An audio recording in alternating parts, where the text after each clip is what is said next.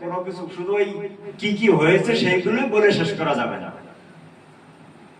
কারণ এই মাসে যে দীপাবলির দিনে এই দামবন্ধন লীলা হয়েছে, তারপরে দীপাবলির পরের দিন হয়েছে আবার অন্নকূট মহোৎসব, গিরিরাজের পূজা, যে গিরিরাজকে পরিক্রমা চলছে এখন প্রতিদিন বহু বহু, মানে মনে হয় যেন জীবন্ত ফুলের মালা, মানে সব সময় যেন মালার মতো গাথা আছে মানুষের পরিক্রমায়।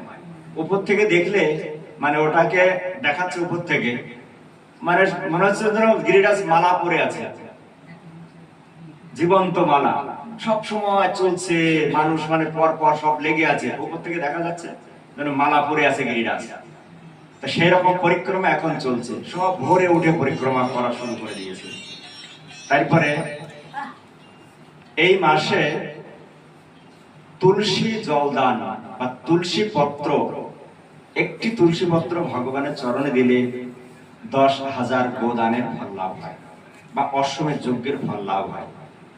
সেটারও মহিমা এই মাসে বর্ণনা করা হয়েছে। তুলসী সেবা, তুলসীতে জলদান বা তুলসীর পত্র নিয়ে ভগবানকে দেওয়া, যে মঞ্জুরি আছে ওগুলো কেটে দিয়ে করে দেওয়া।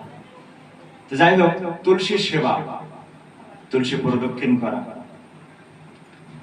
এইগুলির মহিমা বর্ণনা করা আছে। আর এই মাসের শেষে মানে পূর্ণিমার আগের দিন, চতুর্দশীর দিনে এই জগতের যে প্রথম বৃক্ষ, আদি রুহ বলা হয়। আদি মানে সবার প্রথম, আর রুহ মানে বৃক্ষ। আদি রুহ, সেই আমলকির জন্ম আছে। এই জন্য আমলকি বৃক্ষের নিচে বসে জপ করা, ভগবানকে স্থাপন করে সেখানে পূজা করা, বা সেখানে বসে প্রসাদ গ্রহণ করা, ভগবানের মহিমা শ্রবণ করা, বা বৃক্ষের নিচে বসে কাউকে দান করা, সবকিছু অনেক অনেক মহিমা বর্ণনা করা আছে শাস্ত্রে। যেহেতু এই মাসে আমলকির জন্ম হয়েছে এবং ওটা এই জগতে প্রথম বৃক্ষরূপে এসেছে, ওটা ব্রহ্মা থেকে এসেছে।